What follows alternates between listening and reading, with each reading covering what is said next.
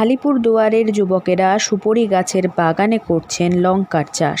বিশেষ করে আলিপুরদুয়ার জেলার কালচিনি ব্লকের সাতালি এলাকায় গেলে দেখা যাচ্ছে এই চাষ।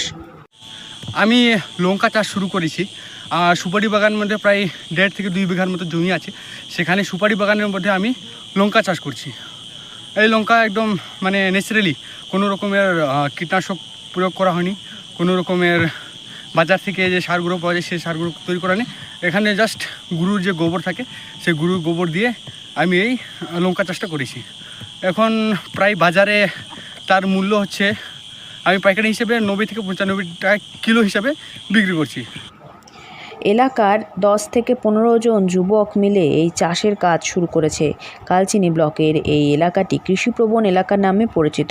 বছরের বিভিন্ন সময় বিভিন্ন ফসল উৎপাদন হয় এই এলাকাতে। তবে সারা বছর সুপারি চাষ লক্ষ্য করা যায় এলাকায়।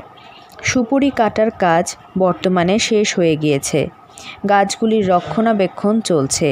পাশাপাশি আয়ের পথকে আরও সুদৃঢ় করতে লঙ্কা চাষ শুরু করেছেন এলাকার যুবকেরা। বাজার থেকে কোনো লঙ্কার চারা কিনে এনে এই চাষ তারা করেননি।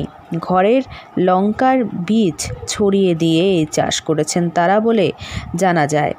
এমনকি বাজারে কিনতে পাওয়া যায় এমন কোনো রাসায়নিক সার তারা ব্যবহার করেননি। গোবর সার ব্যবহার করে বেড়ে উঠেছে লঙ্কার গাছ। এলাকার যুবক অমল মুন্ডার কথায়, রান্নার পর লঙ্কা ফেলে দেওয়া হয় অনেক ক্ষেত্রে। এই লঙ্কাগুলির বীজ সুপারি বাগানের মাঝে ছড়িয়ে দিয়ে চাষ শুরু করেছিলেন তারা। লঙ্কার গাছ বেড়ে উঠেছে, তাতে ফলনও হয়েছে। এই দেখে খুশি তারা।